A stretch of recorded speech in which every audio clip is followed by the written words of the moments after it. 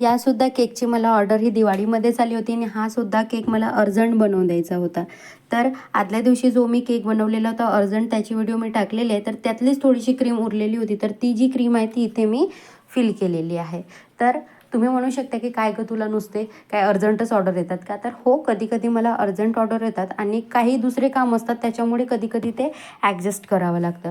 तर माझ्याकडे क्रीमसुद्धा कमी क्वांटिटीमध्ये अवेलेबल होती, तर तेवढ्या क्रीममध्ये मला केक हा कवर करून घ्यायचं होतं. तर इथे जो आपला केक आहे, तो जो माझी जी क्रीम होती त्या क्रीमने इथे मी कवर करून घेतला आणि त्यानंतर व्हाईट कलरची क्रीम आहे त्या क्रीमने इथे मी फ्रॉस्टिंग करून घेतली.